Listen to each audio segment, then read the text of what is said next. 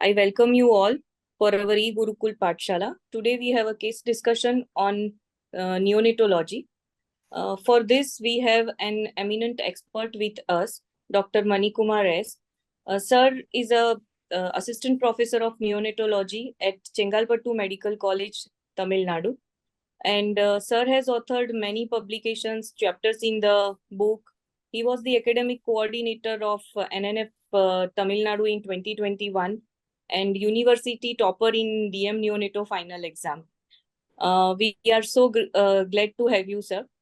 Sir has also helped me in one of the chapter for the book Ready Reckoner this year also.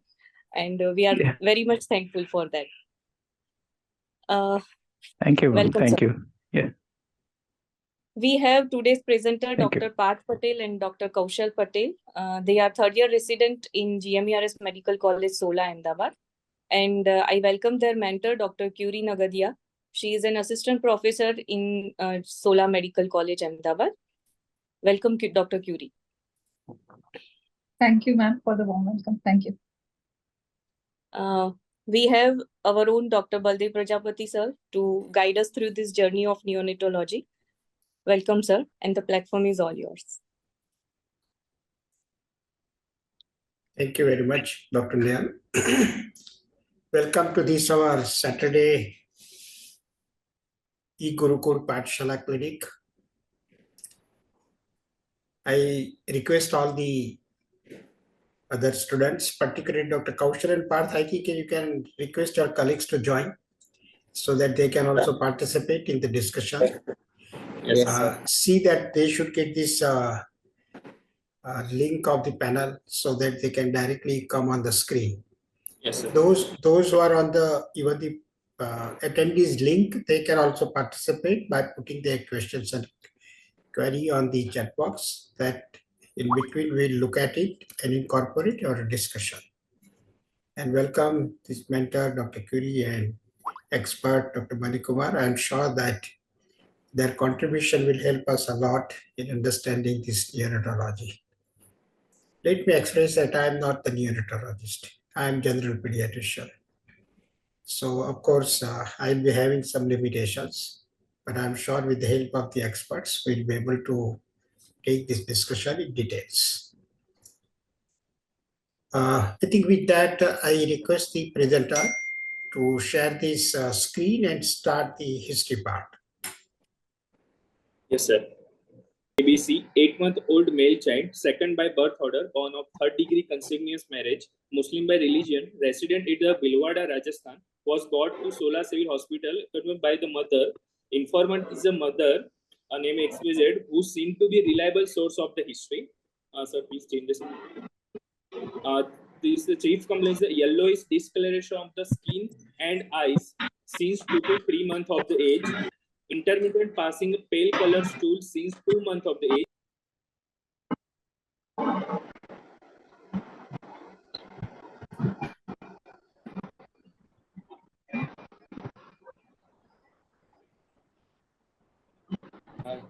Sir, please next slide.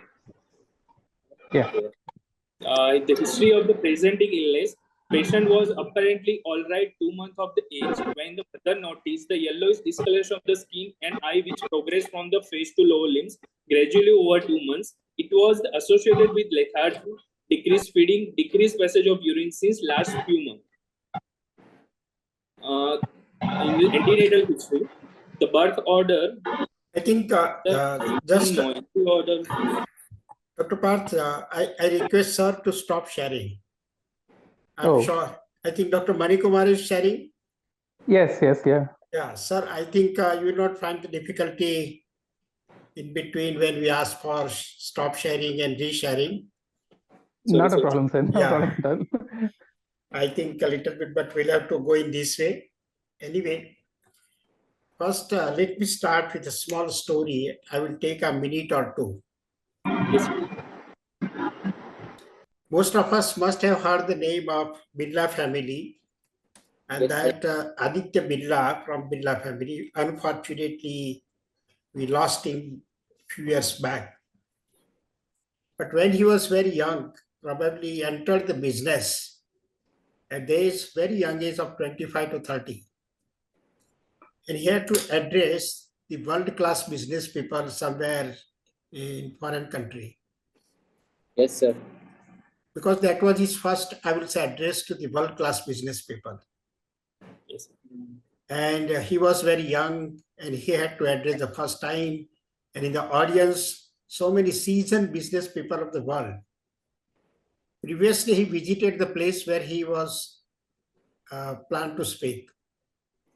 He saw the auditorium, he checked his podium, he checked his presentation, he checked even that where should I stand so that I cannot obstruct even the audience and I can address them very clearly. With these preparations, next day his presentation, as it is just over, the whole world-class business people, senior business people got up from their chair and offered this standing ovation to a very young person, 25 to 30. And the person even that what lesson we can learn, visited on the previous day. He checked everything, that my presentation should be unobstructed, uninterrupted to these people, and he could. I think we'll have to learn the lesson from these people. Nothing is wrong, but this is also part of training, So I understand, don't take it, I will say, Parth and Kaushal in other way. I understand these problems can occur. Anyway, but I think it is also a part of discussion. I thought that let me address. Coming to our case, please, whatever the information they have provided, what I always share with the students, we are not interested in the case or diagnosis. We are interested that what is your thought process, how you are thinking when in a given scenario or given information, and how you are building up the story. I think that's very important, even in the practice. It is not only for exam. And that is quite rewarding in the medicine, which we are learning since so many years from, I will say, our people. Here, you provided that first the child is 8 months old. Yes, sir. You know, every point is very important. Second, you said third degree consanguinity. Yes, sir. What do you mean by the consanguinity? First, define it. Who will define? Blood relations with consanguinity means blood relation, marriage with Please, this is common answer, and this is from the non-medical or just, I will say, people. We want, because you know, why we are asking the consanguinity? We have the very specific idea. That means medical terminology. As such in earth, everybody is blood related. Right, so blood related is not the answer. Here because why we define, by the definition, we understand that there is some genetic material sharing. And to understand, we give the importance of consanguinity. So it is exactly defined in our medical terminology, and that answer should be with us. Who will define? Anybody? I think Dr. Yes. Please come on. Between closely related. Okay. But how much close? Relation. Anyway, that is my point. You know, that's why in the exam also, the question may start, somebody may not ask anything on jaundice. They may ask you something else. So consanguinity is defined as the marriage in between where there is at least one common ancestor, not beyond grandparents. Yes, that means up to three generations they consider consanguinity. And then that degree comes. That first degree they are sharing 50% genetic material. Then second degree they are sharing almost 25% genetic material. And once you say third degree, that usually cousins, that is the most common variety of the consanguinity, they are sharing 12.5% genetic material. And why we are interested to define and to know so much regarding consanguinity? With the consanguinity, autosomal recessive disorders are common. So whenever we are discussing, we will give the thought that is it something related with the autosomal recessive disorder? It may not be every time, but at least this point is there that we should clarify. Anyway, next point, what you say, the problem developed up at the age of 2 to 3 months, 2 months. So Yes, sir. before 2 months, child was absolutely all right. Yes, sir. 14 days NICU history, or not appearance of the jaundice, sir. Yeah. So NICU admission for something else, not for the 14 jaundice. days not for the jaundice, prematurity and RDS. Okay. Low birth. Anyway, what is my point? I think later on you can provide the information. We will try to know exactly that when the story started. That is the onset in the history. Onset is very important. Probably 2 months they might have noticed because it was significant. Because so many people said in the family also that baby is yellow. But before that, if you ask them, they will say, yes, it was mild, but the jaundice was there. And even ask the nearby some family doctor, they say, "Bachche mein itna to yellow hota hai, nothing's to be done." You know, this type of the comments or these answers may be there, which is not important to them, but yes, it is important to us. Therefore, we'll have to go into detail, number one. Second, anyway, whatever happened, but you said first yellow skin and yellow eyes, pale stool and high colored urine. Yes, sir. I want you and other students, yes, Rajat is there.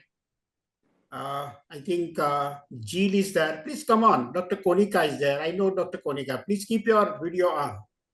Asmita is there. Keep your video on. We can discuss. Yes, come on. I think must be your colleagues. Request them. Yes, Rajat. Rajat, I know every time is there. Yes, Dr. Abhishek. Abhishek, keep your video on.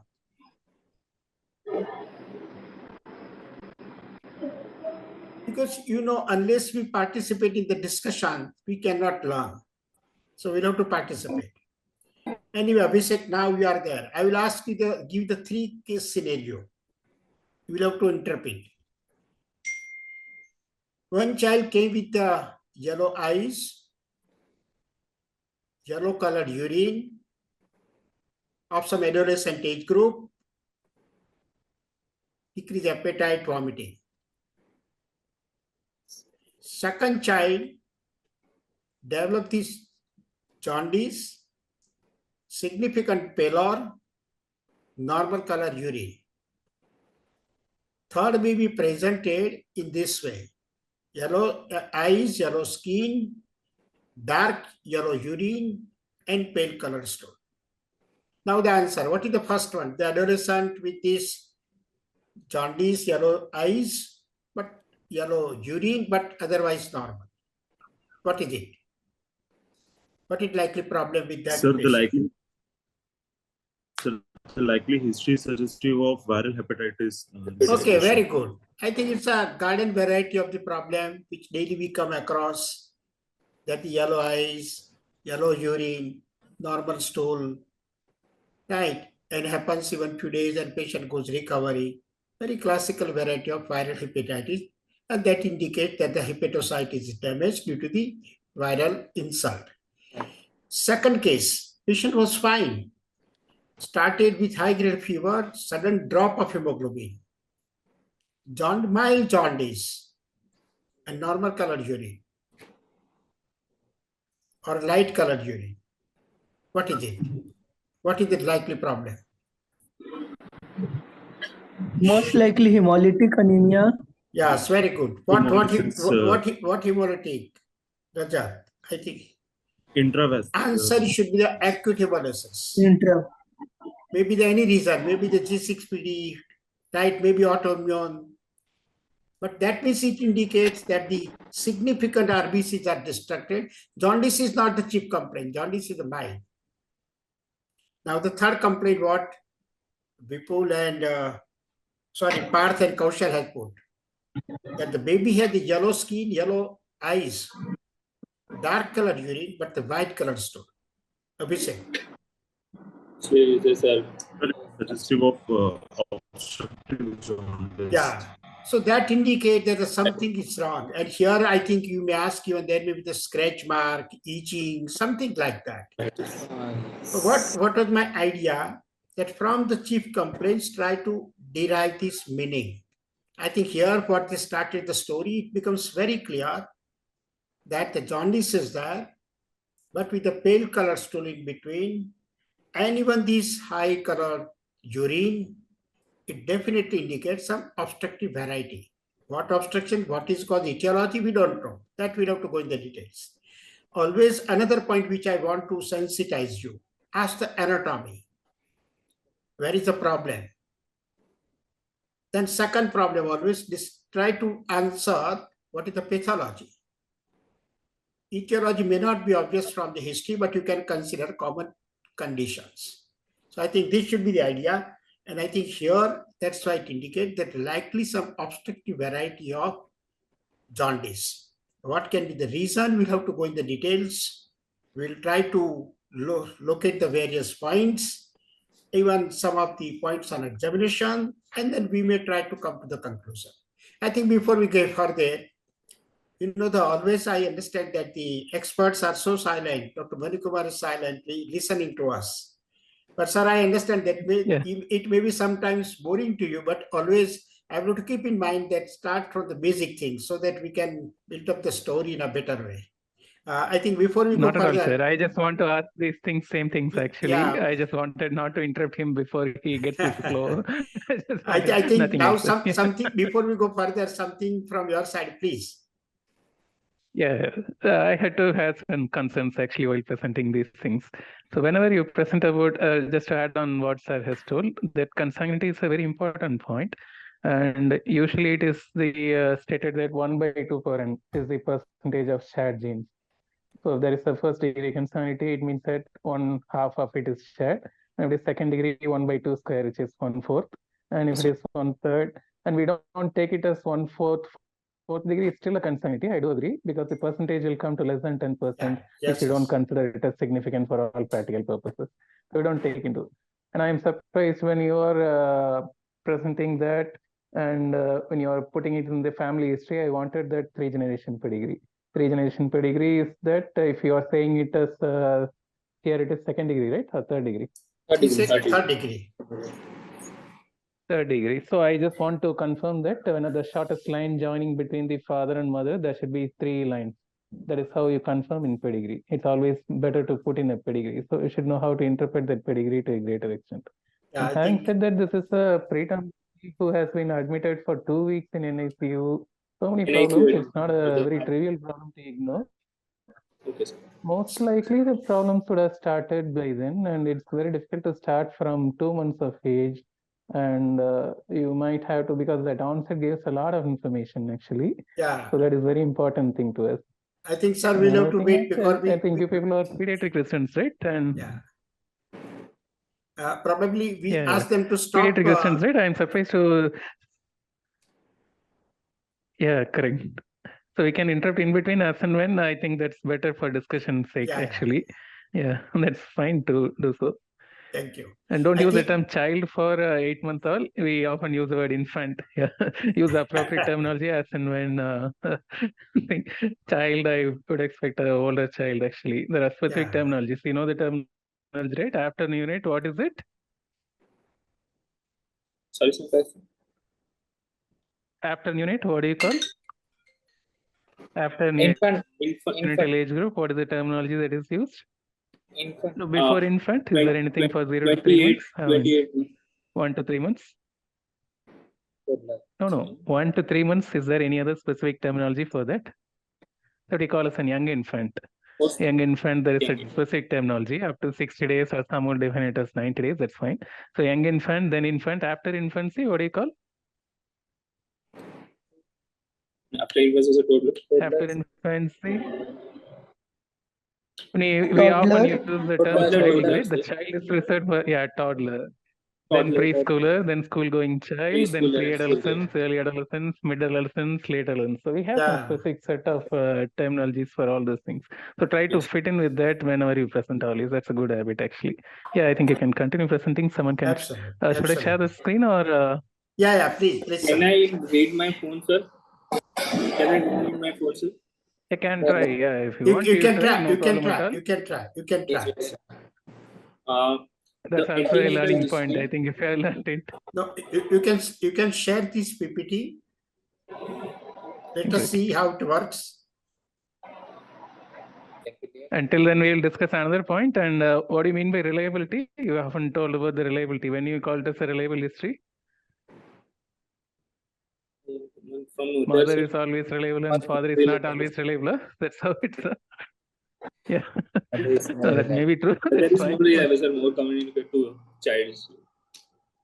Mother is more reliable, sir. Why? Why that's so? She spend more time I'm going with to be a child. father and you. She Yeah, spend more exactly. time. That's more important. Whenever there are some true families where the grandmother spends more time, and in those scenarios, your grandmother may give the better reliable history rather than the working mother. Yeah. Yeah, please go on sharing. Yeah.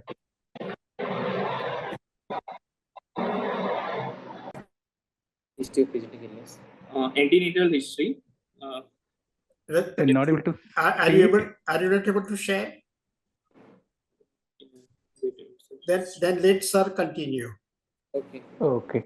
I think. Sir, I think you'll have to continue. Yeah, please. Sorry, we'll bother you. Yeah, not a problem. Yeah. You cannot start screen share while other participant is sharing. Yeah. Get started. Yeah. Is it visible, sir? Is visible, Yeah, sir? please. Yes, sir. Yeah, This is- please. One. Change the slides. that is another thing. Can you So change the antenatal slide? history. No, it's not. It's not change. It shows the introduction only. First slide only. I think their voice is also breaking. Probably a problem with connectivity.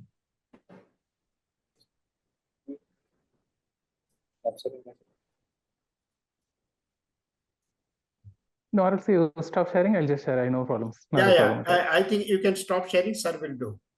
Yes, sir. Prenatal history. The birth order, second by birth order, UPT was done. The pregnancy was confirmed after the 2 months of the amenorrhea by USC. She had no history of complication like diabetes, hypothyroidism, or other complication during ANC. No history of fever with rash, exposure to radiation, regular intake of drug, burning, maturation, or bleeding per vagina. Total number of the ANC visitors 2. Dating scan done. Iron, folic acid, and calcium supplementation are taken. Can you please next slide? Yeah, I had some concerns here actually. Pregnancy confirmed by ultrasound, that's fine. Okay, that's necessary for some other thing. Okay, dating scan. What do you want to know?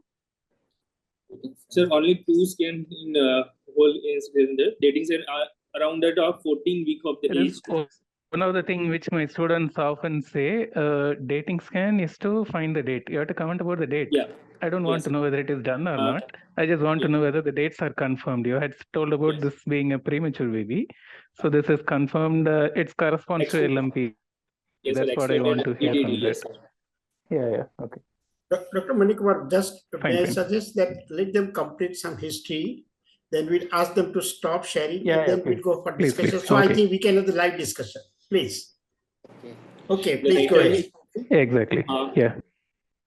The place of delivery is hospital. The preterm LSCS in view of the decreased umbilical flow. A live male baby weight to 1.3 kg was delivered at the 34 week of gestation. Please, sir, next slide. The postnatal history, the baby cried immediately after birth. NICU stay for the 14 days for prematurity, very low birth weight, for small for gestation age with respiratory discharge of the newborn. Next. The negative history, no history of the seizure, high pitch cry, no history of the vomiting, delay passage of the meconium or urine, no history of bleeding from any side, no history of the fever, no history of the neonatal umbilical catheterization, and no history of progressive abdominal distension, or no history of the dysmorphic features.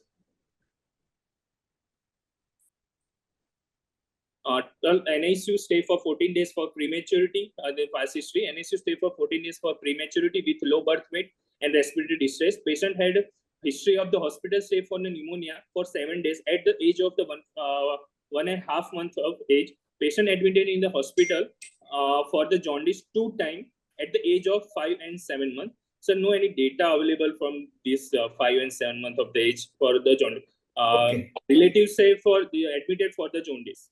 Okay. Yes. Continue, sir. Okay, I think, can you just stop sharing, sir, Dr. Manikumar? Yeah. The reason is because if it continue, probably we may forget the important points. Whatever the information there, I think other students, I would like to involve the other students. Any question for the presenters from your side? Abhishek, Rajat, Dr. So the Hemmangi. detailed, Yes, Rajat. so the detailed history and negative history rolling out was the negative history sir, was not. Rajat, any question from your side for the presenter, which probably something is missed or it requires some more So the clarification? negative history, sir, and the etiological history. What you want? Negative history they mention. So negative history of any complication like altered sensorium, not taking feeds well, or any history suggestive of coagulopathy, failure to thrive. The no history of the bleeding, sir. Decreased feeding I already mentioned in above. Okay, anything beyond that? Dr. Abhishek? Altered sensorium at the 8th month. Dr. Hemmangi Singh, please come on. Why you are not keeping your video on? Other students, try to participate. Dr. Asmita. I think I have interacted in the past with you, Dr. Konika, Dr. Asmita. Please come on. I think very important point in the history they have missed. That's why I wanted your attention. In the antenatal history, whether the mother received this tetanus toxoid? Yes, sir. I missed it. Because I think you are not mentioned. Yes. Right. What preparation were given, which we are using at present in the pregnant lady for the tetanus? DT, sir. DT. Sorry? DT, sir. Not DT. It is something else. It is T, but T is small d. Therefore, we speak TD. If we speak if it is DT, that is something else. Yes. Right. And here I think you should know that suppose some mother is affording in the prior practice, then which preparation is preferred? TDEP, sir. Why the TDEP? What is the idea? Why there is a little bit of extra benefit. What extra benefit to mother, to baby? What babies. is your idea? To babies, sir. How?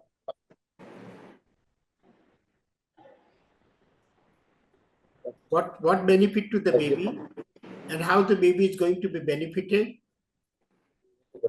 By adding the pertussis component. So there will be antibodies in the mother which will go to the baby. So the neonatal pertussis is quite a serious condition, sir. So the baby is protected. So I think that's the point. You know, neonatal pertussis is a serious problem. More, even the complication rate is quite high. It's a serious disease. So best way is to prevent it. And what happens that by that age of the mother, probably pertussis antibodies have gone down, which are not transmitted in the baby and not protected. Yes, but if you give the TDAP, that pertussis component will act as a booster, more antibodies will be produced in the mother. Through placenta, baby will get it. Okay. And baby is protected from this neonatal pertussis, which is sometimes fatal condition. That's why it is very important. And we should know it. Anyway, any other thing in the history? I think once you say in the description, you said it's not only preterm. I think preterm is 434 and birth weight is 1.3. Yes, how will you interpret it? Small for gestation. Yeah, you should say that for that particular maturity, still the weight is less. So what Yes. I understand that the baby is having the prematurity, but I think weight, therefore, small for date, low birth weight is the major issue with this baby, and that means I understand that there should be some placental problem. Any these are the problem, try to locate where is the problem. Is it a problem with some maternal factor? Is there a problem with some baby factor, or it is placental factor? I think here, even for that maturity, weight is less. That means baby has not got the good weight. Yes, That means it is the intrauterine growth restriction. So that's the problem. Yes. Dr. Manikumar, you can continue for a while, please. Yeah, please. Okay. I had certain concerns in the history. You said that the jaundice started in the face and progressed to the limbs, right? yes, Yes, sir. Yeah, what is the interpretation?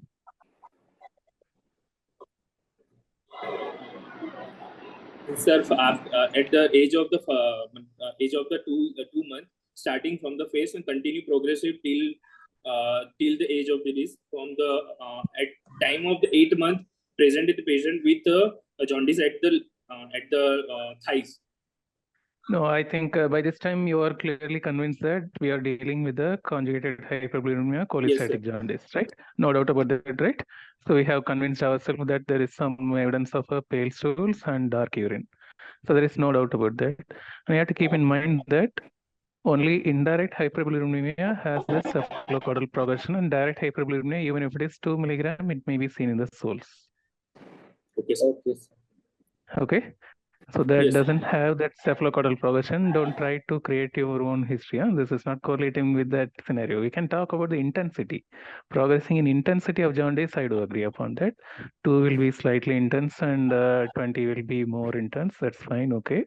But this cephalocaudal progression is not seen for your direct jaundice. There are some reasons for it. I think we can search it for that. I think we will restrict to clinical discussion here. That is one thing. And of course, extrapolate on what Sir has told. What do you call this preterm? How do you classify this preterm? 34 week. 34 weeker, you call it as? You call it as a? Preterm, sir. Mid preterm, sir. Late Late preterm. preterm. Okay, late preterm, very low birth weight, IUGR. Okay. With So, SC. say for example, you are saying that, yeah, this is a, what type of a phenotype is this? What do you mean by that preterm phenotype? Why is the baby preterm? Yeah. It is in Why is the baby preterm? age of the gestation age, sir. No. Why is the baby delivered preterm? And it is due in a USG with a decreased umbilical flow. Okay, because of Doppler abnormalities, Doppler you abnormalities. have made a decision to terminate the pregnancy. Yes, sir. So this is what we call as an indicator preterm for Doppler abnormalities. You use a specific terminology. I could see sparsely some terminologies are there actually. So use it, say that it is a late preterm, very low birth weight, 1.3 kg. What type of IGR we would like to know. Okay, that's very difficult to ask from history. That's fine. Okay, I do understand that. But this is very clearly an indicator preterm for Doppler abnormalities. So got admitted. So you talked about the neonatal course very briefly. All I would want to know relevant to this history is that, or what is it you want to ask? So you are concerned about, I could see that you asked about, you ruled out some intrauterine infection. I could see that, okay. So what else for this, something if you want to connect to a neonatal problem for this particular jaundice, what are the things you want to? You talked about catheterization. Okay, umbilical catheterization, why do you want to know? Sir, if in a NSU, if umbilical catheterization is done, if a catheter into the portal vein cause hepatic necrosis, hepatic cirrhosis, or any hepatic injury, parenchymal damage. Umbilical vein catheterization can cause cirrhosis in the future. That's what you want to say. Yes, sir. Any parenchymal injury. No. What problem because of umbilical vein catheterization can happen in the long term? And what is that you are concerned right at that point? No, sir. No, any other person. Extrahepatic portal vein obstruction will not manifest as cholestatic jaundice. Yes. That's an entirely different thing, right? Yeah. So the problem of asking about that catheterization right now, there is some link, of course. That's for another thing that you ask. That is a problem when you ask for a format and try to fit in with all those things without putting something into that. I just want to know why do you ask that? There are some total parental relevance for nutrition that. can Baby cause has cholestasis. cholestatic jaundice. Exactly. So we call it as parental nutrition associated cholestasis. Actually, that's a very important problem, especially in VLBW babies. And for these IUGR, very severe IUGR, right? The 34 weeker, 1.3, very severely affected. So I would like to know whether TPN is being instituted and when the baby was started on feeds and when the baby achieved full feeds. Hardly I could see any history regarding that. That's very important history here, actually. But relative don't have any discharge card from the Rajasthan hospital. I couldn't know. Okay. No, you don't need to have the discharge summary. Just ask the mother when she started feeding and when was the full feeds. So before that, there should be some other nutrition, and probably they might have inserted, if not umbilical vein, and that must be a central line for TPN. Yes, It's sir. not only umbilical vein. I just want to know whether it is just a TPN, whether it is instituted or not. So those become important history, very relevant to this actually, because that has a good prognosis. We'd like to search for and treat actually the good prognostic and treatable ones. I'd like to have a look at those things. Okay. And the thought process, I think the history, negative history, don't put it as something like a negative history and that. As sir said, actually, we want to know about your thought process. So what you will be finding is that you just have to segregate your thought process. So you want to find the etiology, you want to find the complications. So what complications you have asked and rolled out? Any torch To talk infection, about what are in the a things. hypothyroidism, in torch infection. No, you are talking about etiology. Okay, torch infection, hypothyroid, you wanted to roll as history for that. Okay, etiology wise, what else you had rolled out? Complication like a sensory neural hearing loss, any calcific intracranial calcification. Precisely what I was taking. So whenever you want to present these negative histories, try to club with the you just club all your findings so that it gives some meaning to your thought process. Don't say one for etiology, one for complication, one for immediate thing. So all those are mixed actually in that presentation. I just want to segregate it. So, or rather, okay, we will talk about complication. What are the complications you'll be worried about in this scenario? Cholestatic jaundice. What are the major complications? What is your approach regarding your, what are the major headings in your complications? So most probably this cholestatic jaundice and obstructive jaundice. Yeah, no, what are the complications you expect? No, now we are very clear that we are dealing with the obstructive jaundice, cholestatic jaundice, no doubt about that. That history itself is enough. I don't think you need anything to confirm that basically. We are totally convinced that it is a conjugated jaundice, obstructive jaundice. What are the complications that you can expect in this scenario? Hypoglycemia. Hypoglycemia is a complication. Okay, you just list the complication. Hyperbilirubinemia is not a complication. It's a part and parcel of cholestasis. You don't put it as a complication. Okay. Hyper? In conversion. I think I wish that you are going for. I wish that other students should also Go for participate. symptoms. Yeah. Then it becomes a live discussion. Anyone can answer. I don't really mind actually. Yes, yes. Abhishek, Dr. Bleeding. Aditi. Okay. I think so many students are there. Unless you participate in the discussion, we cannot learn. I think it's not just the talk with these just presenters. Even everybody can put there your interpretation, your understanding. And I think that's the way of learning the case discussion. Right, in so the come chat on. box, I could see bleeding and encephalopathy. Yeah. That's very good actually. Okay. So we want to classify things that. So in cholestatic jaundice, yes, mostly the direct bilirubin. So how is called? Exactly. How to? How it causes connectresenol encephalopathy relatives. I am not bothered about connectors at all. No, I am never bothered about connectors. I am talking about hepatic encephalopathy. It's a different thing. So, yeah. So whatever you told, whenever there are some CNS symptoms, it could be because of your hypoglycemia. It could be because of your associated preterm with some CNS problems associated with that actually, or else it could be hepatic encephalopathy, direct per se, secondary to failure or secondary to portal hypertension. So many things are there. I think people are coming out with so many answers. So I would like to classify them as, I would like to classify them as, you just classify it as portal hypertension. Okay, portal hypertension is a complication. Liver cell failure is a complication. So what are the histories that you would like to ask for portal hypertension? What do you mean by portal hypertension? When do you confirm it as portal hypertension? Are any periumbilical dilated veins? No, I don't want the pathology. Okay, as a clinician, I just want you to define portal hypertension. When do you consider portal hypertension clinically? I'm not going to talk about anything theory at all. Huh? Increase portal vibration. As a clinician, No. I don't want that. That's fine. As a clinician, how do you know that pressure? Yes, Sir, even is hematemesis, somebody is telling from the hematemesis. varicose And, bleeding. Okay, I will put it as varicose bleeding is one cardinal feature of varicose portal hypertension. Varicose bleeding, so GI bleed, you will ask. Upper GI bleed massive or some rectal bleeding, you can ask. Okay, varicose bleed, I do agree. Then what else? What else are the cardinal features of portal hypertension? Splenomegaly. Splenomegaly, okay, that's for clinical examination. And any other thing?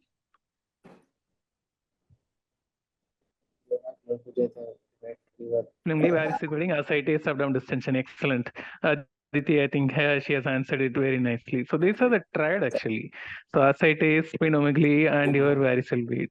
So these are the things which you, of course, hematochezia, somebody is answering. Those are part of varicose bleed. It can be happen in the rectal area or in the esophageal area. So have that thought process. That's very important. So you have to, whenever you take something for the exams, I want you to take a technical bit rather than these things. So you should ask for portal hypertension should be your thought process. That's one. Okay, portal hypertension is one thing. Another thing is liver cell failure. For the liver cell failure, what are the features? What do you mean by liver cell failure, and what is the clinical manifestations of liver cell failure? High pitch cry, lethargy, decreased feeding. What do you mean by that high pitched cry as a manifestation of liver cell failure? No. That's not a feature. No. What do you mean by liver cell failure? No. So in neonates or in pediatric patients? Voice is breaking. Sorry, I'm not able to hear it. Please. Rajat, your connection is not steady. Yeah, I'm not able to hear it properly. And even there is no clarity. Sir, I think simple. I will give the idea. Parth and I think another colleague Kaushal, right? Yes, sir. What sir is asking, how you should think. Sir is asking that what are the signs of hepatocellular failure. So first, let us understand the basics, how we can remember. Basically we know that what are the functions of hepatic cells, and what will be the signs of this impairment of these functions, from which you can find out that yes, these are the evidences of hepatocellular failure. Main function of the hepatocytes. That's why I'm asking always this anatomy. Hepatocyte involved, presentation will be different. Bile canaliculi, presentation will be different. Yes, sir. If the Kupffer cells, they will be present differently. And portal venous circulation, congestion, they will present differently. Yes. Now, if you find out the clinical manifestations, you can decide that which component is affected. Suppose if we think for the hepatocyte, we know what are the functions of hepatocyte. Number one, if they are inflamed, if they are damaged, that will be the jaundice. Yes. Along with that, what happens? That there is a protein synthesis is the main function. So albumin will go down. If albumin is go down, how clinically patient will present? With this edema or ascites. At the same time, the coagulation factor synthesis is also the factor. If these factors go down, there are some evidences, manifestations of bleeding. Yeah. That will give the idea that this is the hepatocytes are failure. Of course, with that function, suppose even some toxic substance will be added. So therefore, there may be some changes of the sensorium also. That will also give the idea. So in other way, if we try to know that what are the signs of hepatocellular failure, and therefore very significant failure is the PT and APTT. And for that reason, what you will get that the ascites, edema, or even the jaundice, or even these signs of these bleeding manifestations, or some sensorial changes. These are the findings of hepatocytes. So that will be the hepatocellular failure. So I think if you understand the basic function, similarly, bile canaliculi, what happens? That they are draining the bile in the intestine. That bile is useful for even the fat-soluble substances. Now, suppose fat-soluble substances are not absorbed properly, they are not available for their function. and therefore nutritional deficiency of fat soluble vitamins you get clinically. Therefore, there may be the vitamin A deficiency, vitamin E deficiency, vitamin D deficiency, vitamin K deficiency. Right. With that, even the substance is accumulated, which deposited in the skin, therefore itching, because each receptors are stimulated.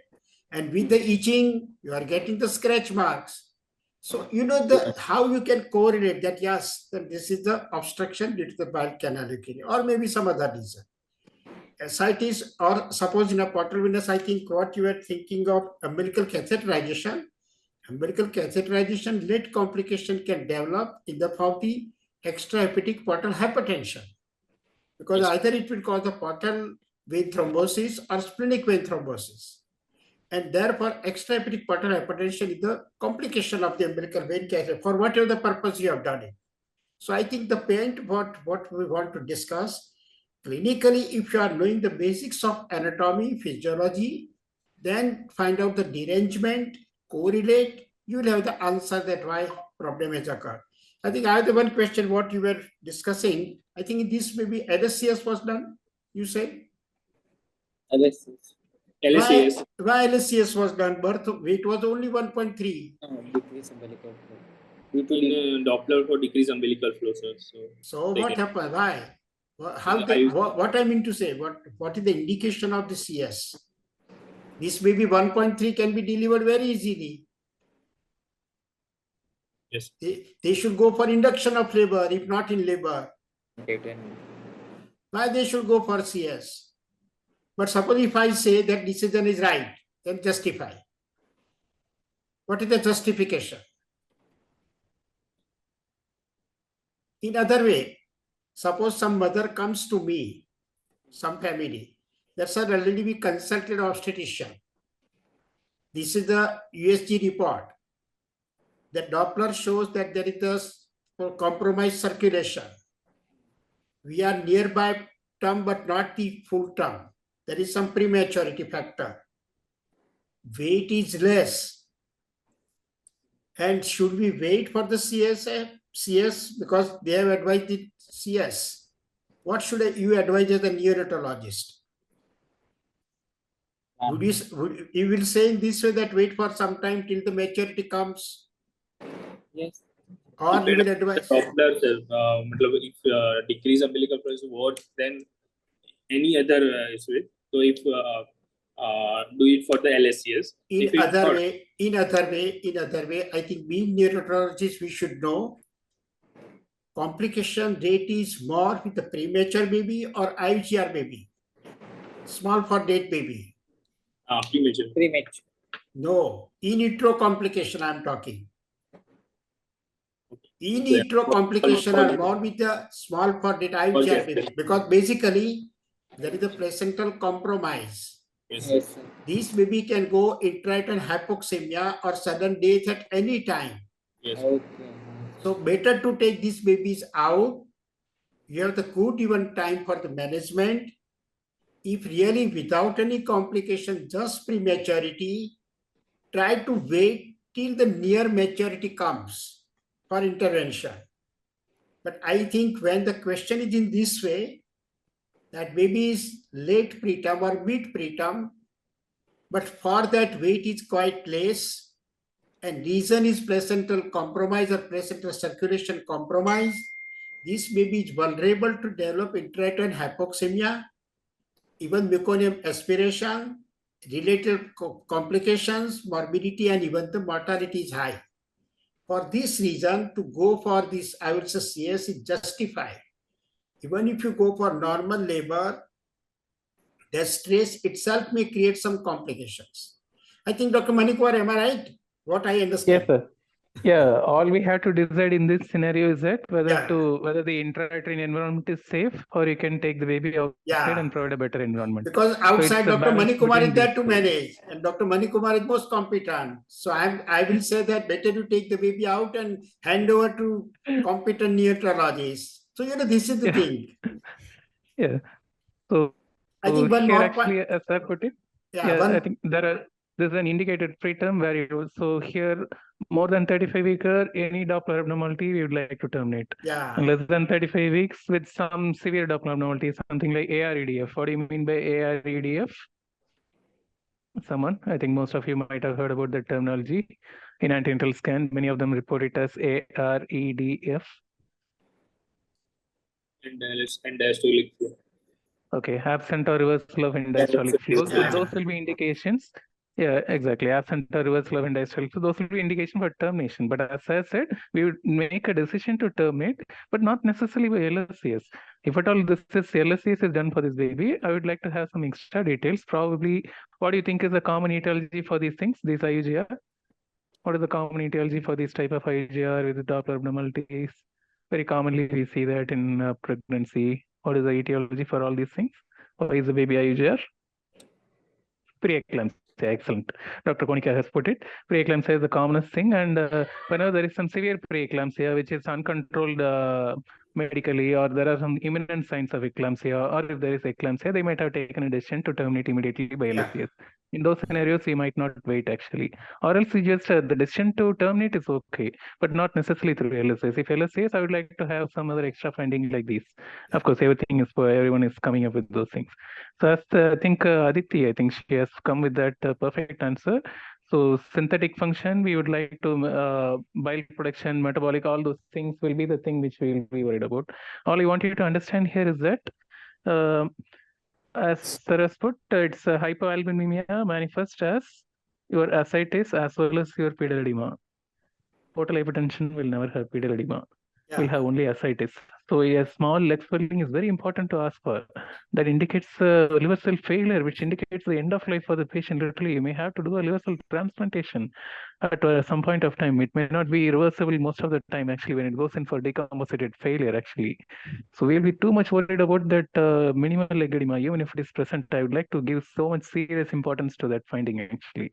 And similarly, bleeding, I would like to differentiate it from a coagulopathy bleed from a varicose bleed.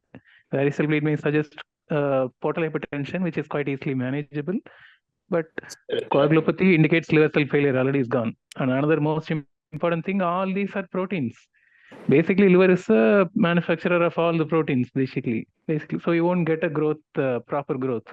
This baby is likely to grow very poorly when there is liver cell failure. Growth failure is one of the common cardinal feature. Absolutely. Yeah. So growth failure is another important thing. I think baby is also not growing well. I could see that actually. That's a very important finding, which is not brought up in history at all, actually. So these are the really bothersome things which I'll be seriously worried about in case of liver cell failure. And of course, I could see that there are no features of pulmonary hypertension. Another thing is that because of cholestasis, as I said, some fat-soluble vitamins or those itchy substances backflowing into the circulation causing itching. So when you are talking about incessant cry, you are talking indirectly about your itching, basically. Yes, itching is manifested as incessant cry. That's not a sign of portal hypertension, not a sign of your failure. That's just a sign that your bile salt is being transferred to the circulation.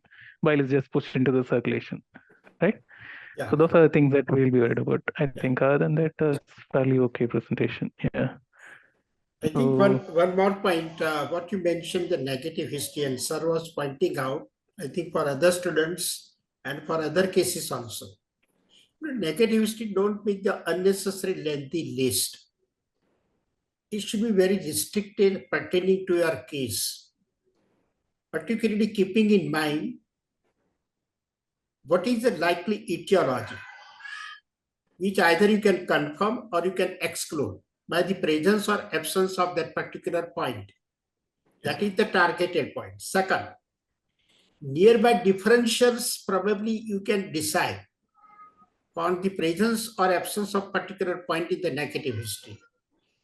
And third group is the expected complications. I think suppose in this patient, if you mention there is no evidence of the bleeding, I think that's a good point. Because you are expecting no manifestations of deficiency of fat soluble vitamins, it's a good point because they are expected. So what are the expected complications? That present or absent, that you can define the negative history. So pertaining to your case, concerned to these three groups, you can decide what are the points to be discussed in the negative history. One more point you said that even jaundice at 5 months and 7 months you say. I think you should go in the details if the record is not available still. That jaundice, whether the admission for what purpose was I think they for said it as solely pneumonia, I think. yeah, once pneumonia, One once pneumonia and 2 times for the jaundice, they say. Oh. So that you should define, was it jaundice or related complications, what already we are discussing. Maybe it's related to some complication that you should go in the details. Second, whether when the in between the jaundice was absolutely child recovered, that means it was the waxing and waning jaundice, or was it the recurrent jaundice? That No, sir. also you can define from the history. Yes, sir. Because the reason is, it makes difference. There are certain metabolic disorders that may present with the waxing and waning or recurrent jaundice. So that also you can find out even from the history. Suppose record is not available, try to define at least your effort should be there.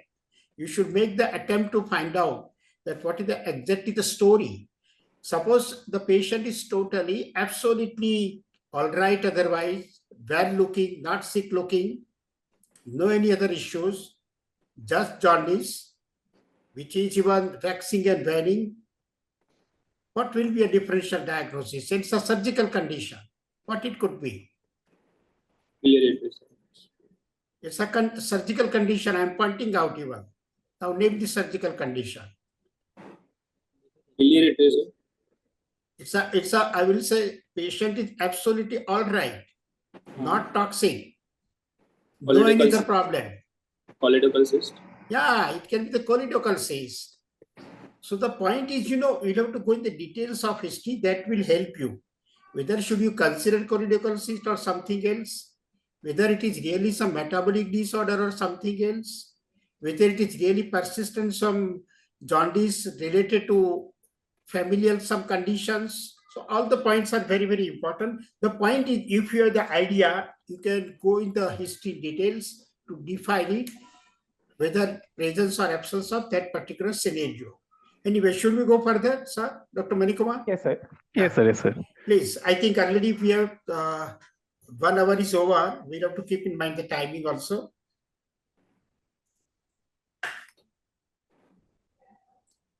The developmental history. The gross motor, only partial neck holding was present, like the 3 month. Fine motor, transfer object one and to other end is a fully fine motor development. In the language domain, laugh loud for, and the social anxiety was, stranger anxiety was present for 6 to 7 months of age. Actual age was the 8-month-old child. The corrected age 7 months. For the developmental portion, total development portion was 70%. Only 2 domains are delay in gross motor and language. Fine and social are the fully developed. In the immunization history, I think development history requires some proper. Exactly. Yeah. Yeah. So what is your overall interpretation here actually in this development? Development is one thing which differentiates adults from pediatricians, right? Should be very clear and strong in this. Yeah. Right. So what is your interpretation here? in 2 domains. Just one word of caution. Whenever you talk about language, you should be extremely cautious actually. Because language explosion, when does it start? By syllabus with 6 months. No, we call it as language explosion. When does a child start language some 1 meaningful month. words? Yeah, beyond 2 years of age, by 1.5 years, one meaningful word itself is okay. And by 2 years, actually, the child will start, and thereafter, it's a very gradual uphill course. So before that age, you should be extremely cautious in commenting about language delay. So, but of course, there are some pointers to that. I do agree, but it should be taken with a pinch of salt. Gross motor is purely delayed. So whenever there is a pure disparity, more of gross motor when compared with fine motor, what is your thought process? Here, this picture is seen. This picture is very commonly seen if you take a detailed history with many of the children, actually. So what this pattern suggests and what are your thought process right now?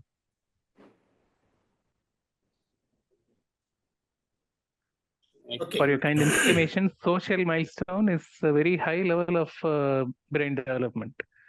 A baby having a good social milestone, but grossly lacking in gross motor should ring a bell in your mind. What is this suggestive of? Any deficiency, vitamin deficiency related? No, leading to how does it affect your gross motor alone? Muscular mass. Yeah, myopathy is okay. Muscle weaknesses, I do agree. Those will have a different one. Dr. Manikumar, sorry, I interrupt you. Can you just stop sharing? I think very important point you are discussing. Yeah. Sorry for bothering you so much. Yeah. I think sir is asking a very important point, and being pediatrician, we have to keep in mind that compared to these other specialties, we are somewhat different. Other specialties, they are dealing with the grown-up persons. And pediatrician is dealing with a growing child. And growing child is a quite different. It's a dynamic, it's a changing. And very important aspect is growth and development. I may not understand the disease, but I can understand that the child is not normal. And I think that's very, very important for the pediatrician to know. I may try to get the cause, may not get, but I think that's very certain. And that is that art we have to learn.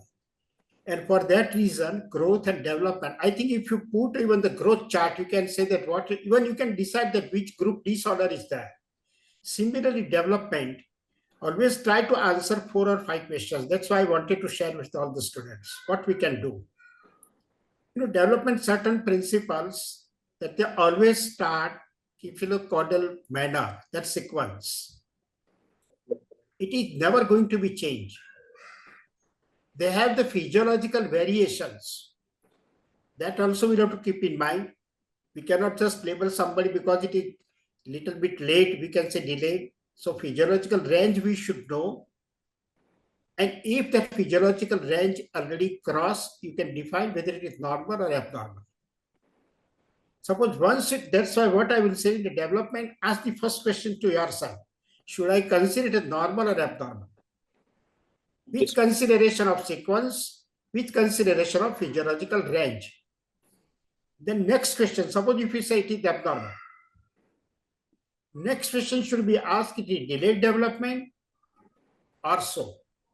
Suppose you said yes, it is delayed development.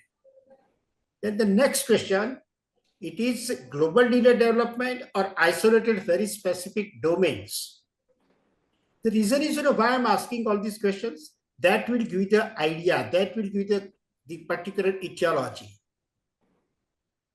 Suppose in a case of global delayed development, then next question should be, is it the dissociation? What do you mean by the dissociation of development? Suppose in one child, gross motor and fine motor are significantly affected.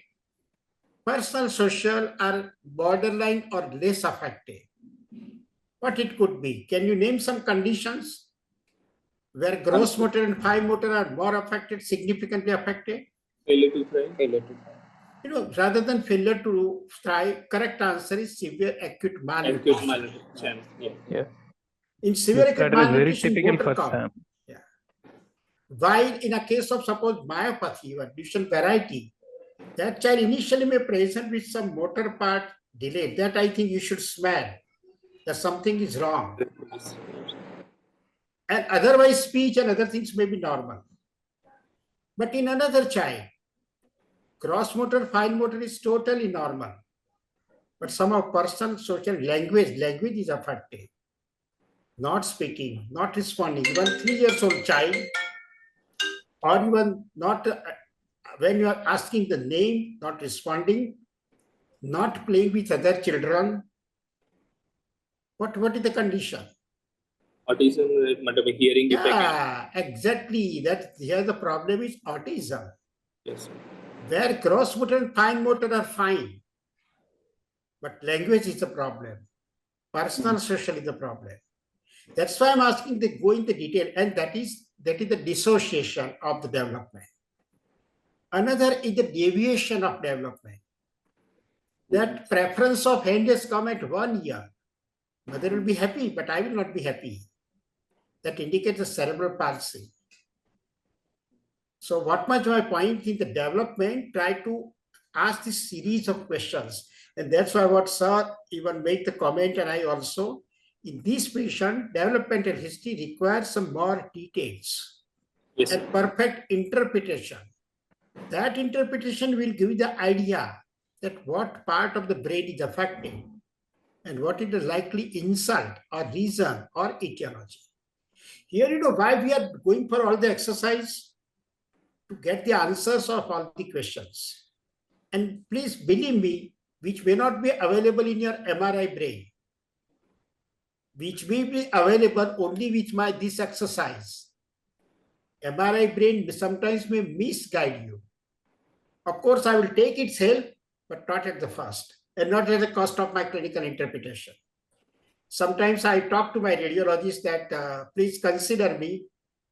My interpretation clinical may be right, then you are even the radiological. Very humbly I say, but I always request them, you have to consider me.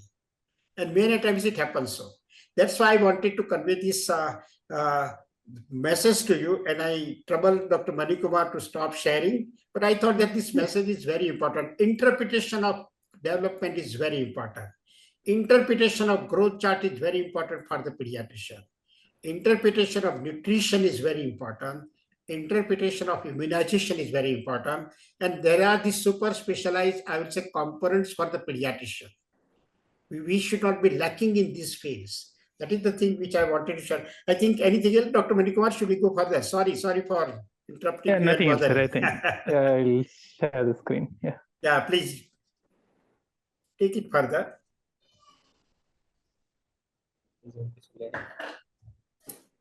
I don't.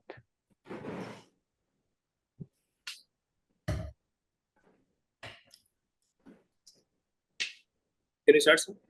Yes, sir. Yeah, please. In the immunization history, birth vaccine present, BCG scar was present. So 6 weeks OPV, IPV, penta, rota with 1 dose of the PCV was given. And 10-week vaccine also done. The 14-week vaccine or pending. Patient was partially immunized. In the nutritional history, breastfeeding started in the NICU after the stabilization and the continue for the 6 months. Patient had a history of cow milk ingestion for the 15 days with KSF. Amul, after the 6 months, started a complementary feed with the Amul Taja milk 4 times a day, 80 to 90 ml per feed per feed. Sorry to interrupt. What is this case of? Katori spoon feeding. Okay. Oh, we don't use that. So nowadays these short forms very difficult, but Katori spoon feeding. Okay, we use parley feeding. Okay. Yeah, parley feeding. Yes, yes. What is this Taza? What is this Taza milk means? Sir, it's about packet of the milk, Amul Taza. Amul Taza. Sir, Amul Dairy is supplying maybe 3 types of milk. One is the Amul Taja, then Amul Shakti and Gold with a different composition. Fine. Okay. Right. Good. Yeah, carry on, please. Sorry. Breastfeeding 3 to 4 times a day. At that time, the deficient calorie was the actual calorie for this amount is 380 kilocalorie per day and protein 12.9 gram. In the deficient is 267 kilocalorie per day and the protein was 1.2 gram.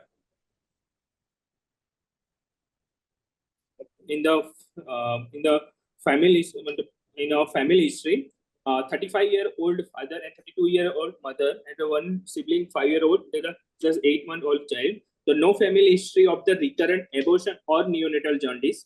No history of the tuberculosis or diabetes or malignancy in the family. In the socio-economical history, the child on the Pakka Makan, in-house toilet are present, 3 rooms, 12 family members in the world. In mother education was MBA, father was a mechanic worker, and 20,000, around 20 to 22,000 income per month. According to the modified, the Kuppuswamy scale score is a 22. That's in the upper middle class family. In the summary, the 8-month-old male child named ABC, born by 3rd degree consanguineous marriage, with yellowish discoloration of the skin and urine since 2 months of age, likely to be a case of the conjugated hyperbilirubinemia. Admit as a part of the find out the cause.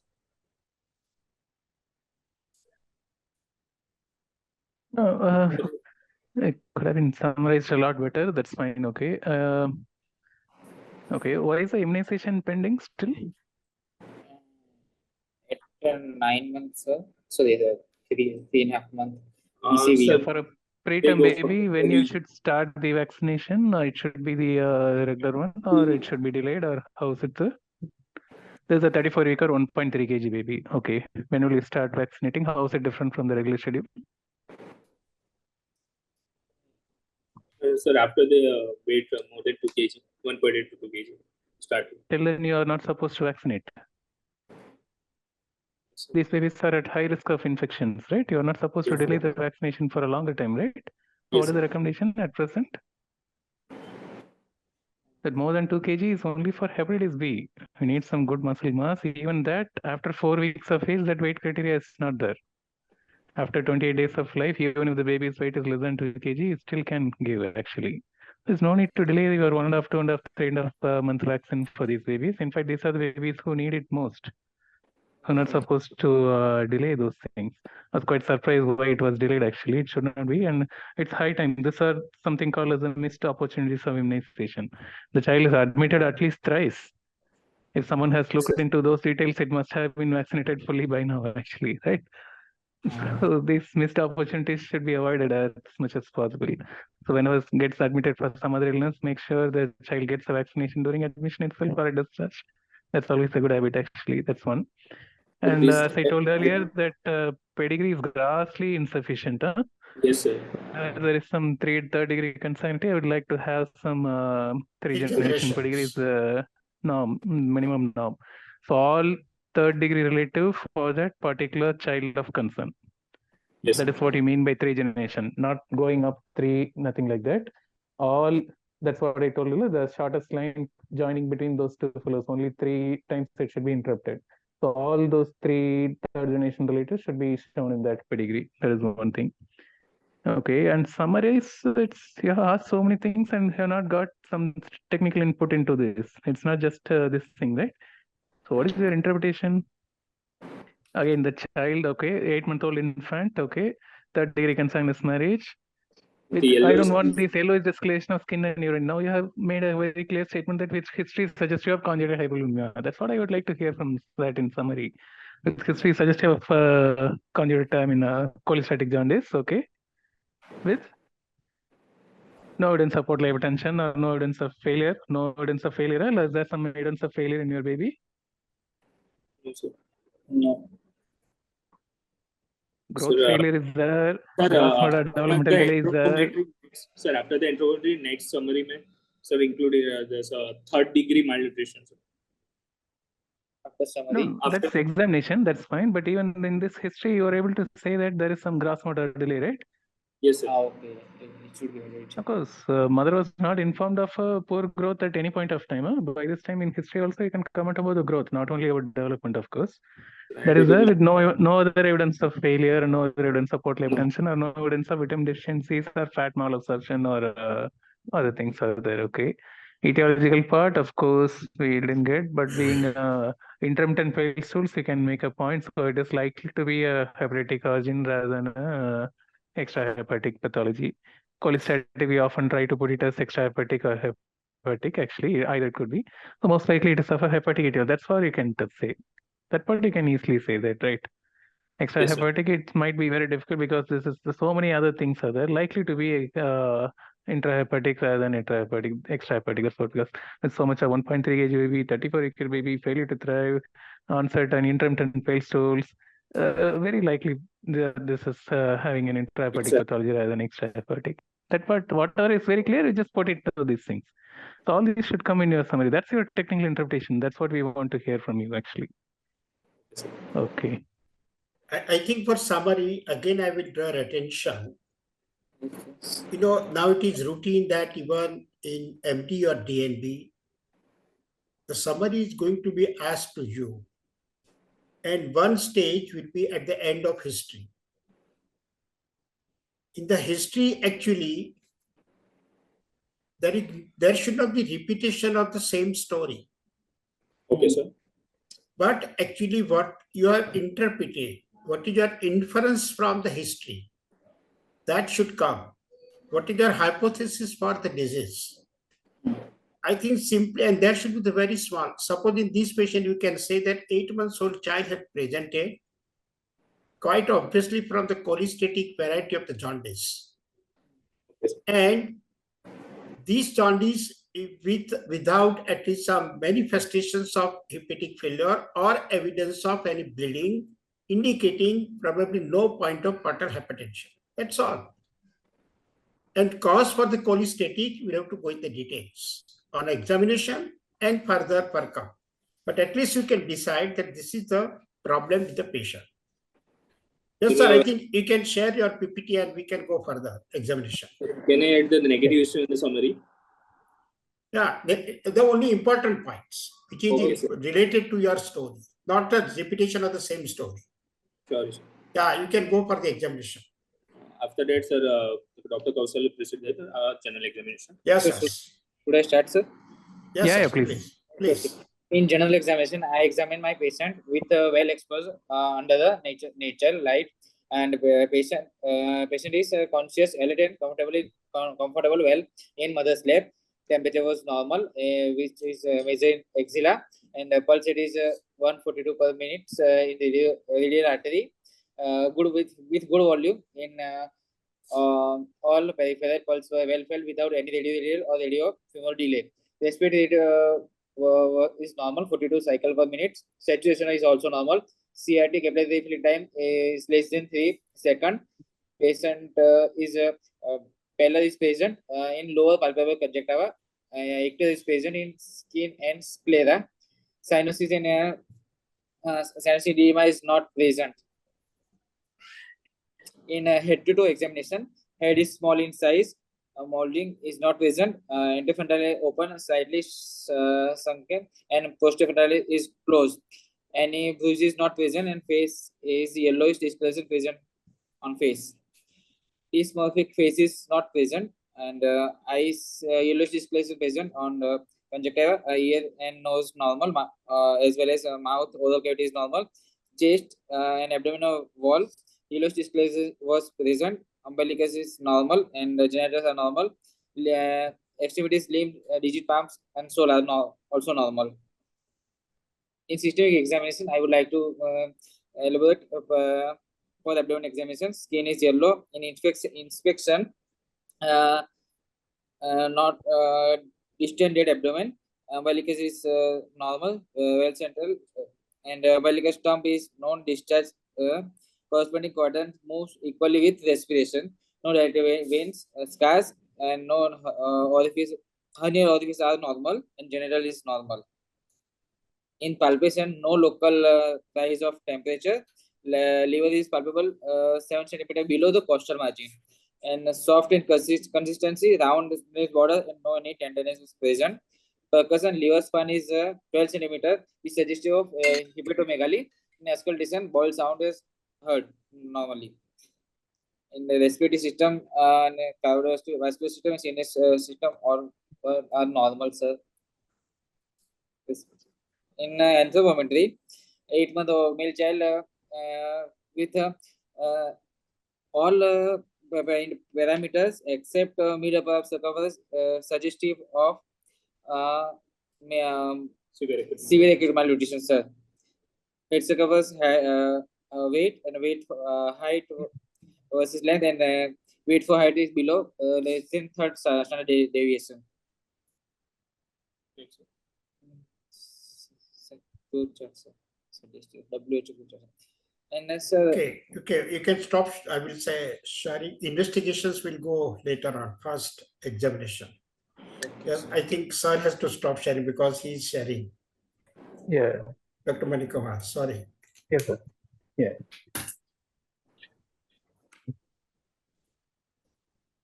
Sir, I think we can take it further for this examination. Yeah, exactly. Actually, this anthropometry should come at part and parcel of your general examination. Why is it coming at last, actually? Exactly. I think he has forgotten and later on he has added. Okay, fine. Okay. No, that's the only one which has some huge findings actually, and that is coming at last as a suspense. What is the interpretation of your anthropometry here? So 8th male child with presented with the severe acute Interpretation? No. Your classification is SAM. Only SAM. Sir, severe acute malnutrition. No, it's only SAM. No. Yes, sir, Sam. No. There are some other findings there. Okay. Microcephaly. I'll come to that point actually. Okay. Then Under grade 3 So what is SAM actually? Severe acute malnutrition, right? So here the problem is only acute. There is no chronic problem. Yes, sir, it is chronic, progressively increased chronic condition. Actually, it is the same like your IUGR, whether we call it as a symmetric IUGR, asymmetric IUGR, or a mixed IUGR. And here in this, you classify correctly acute problem as severe. What about the chronic problem?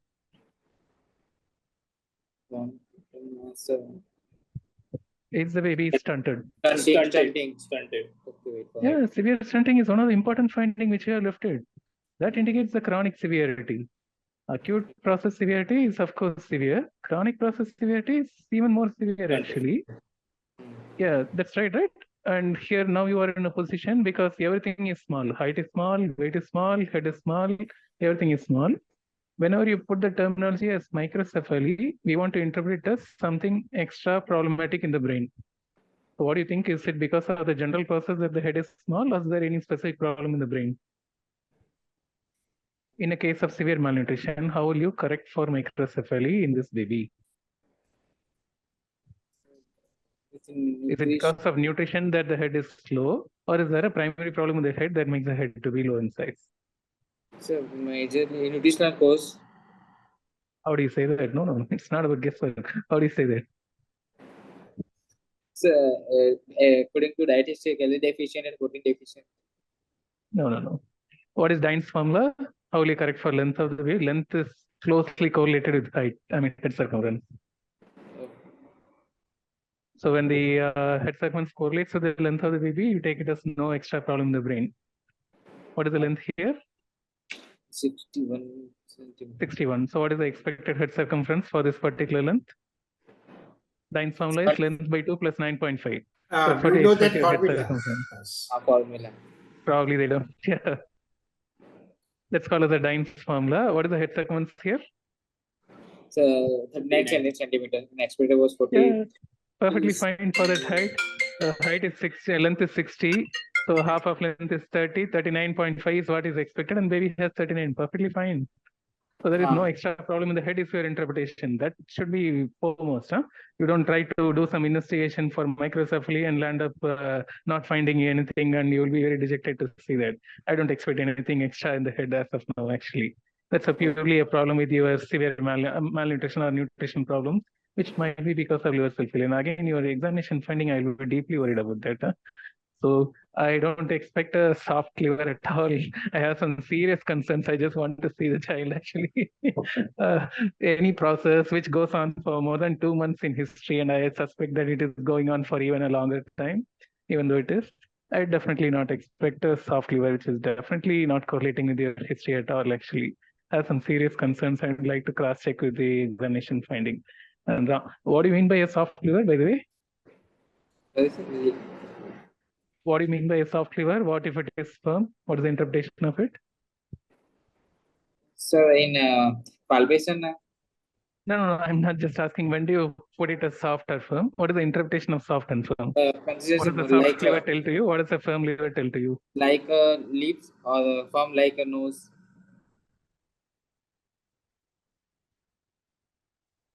This baby has CLD or not? Chronic liver disease. CLD, the classical clinical finding will be a firm liver. That is one significant finding, which cannot be, I don't expect it could be soft with rounded margins. I seriously doubt your clinical skills in those things. Actually, I would like to cross-check definitely, actually. That is one thing which is grossly abnormal. And you said that there is no ascites. How do you confirm it? And at this age, it's how will you find that there is very not even a minimal ascites? So there is You no expect edema. some complication, right? Okay. No pedal edema. Pedal edema I don't want in this baby actually. For 8-month baby, I would like to know about pedal edema. Umbilicus. Where will you look for edema? Smiley umbilicus. No. For 8-month-old baby, where will you look for edema? So, to rule out hypoalbuminemia, decreased albumin due to cirrhosis of liver. Pedal edema, because that is the most dependent area. In an infant like this who has not started walking, where will you look for edema? Total edema. Okay, sacral edema looks like you have not seen a baby with sacral edema. Okay. Yeah, sacral edema should be the one. Actually, you have to specifically look for it actually, because that is a sign of liver cell failure. I'll be seriously worried about that. And during vaccinations, history on if at all there is some bleeding, I'll be more worried about that. Bleeding from the vaccination site, prolonged wounds, those are the early manifestations before any serious bleeding occurs actually. Those I'll be seriously bothered about actually, right? That is one thing. And liver consistency, I am deeply worried about. And what else he told? Would be firm. Of course, jaundice is there. Fine, ocular examination should be there. I saw normal, you told. Fair enough. Sutures are overlapping and AF is sunken. What do you mean by that? AF is sunken. AF is not at level, might be. Okay. Sutures are overlapping. What do you mean by that? Well, I think that finding suggests that the nutrition part is very severe to affect the head growth. That may have its implication in the long-term neurodevelopmental also. That's high time you target it very acutely and correct it very acutely. Though there are no other pointers clearly suggestive of a liver cell failure so far, that's so far so good. And there is a potential for improving. Whenever the baby has SAM, it always indicates the potential to grow or increase the weight to a greater extent. And third admission, I'll be deeply worried about that. And still nobody has not corrected the nutrition. So what is the expected weight for this length? That's what you should give it as a target for the mother. So not the expected weight for that particular age, right? So expected weight for that particular length. That is the one to target right now. Weight for length is a target. So you give the immediate target as -2 standard deviation. That is the immediate target. That should definitely be achievable. That's not at all a task which is not at all achievable. And what does your nutrition say? There is no protein deficit and there is a lot of calorie deficit. What is the interpretation? Both slight protein deficient and more calorie deficient. Yeah. So what does that say to you? So it is. So the baby has good protein.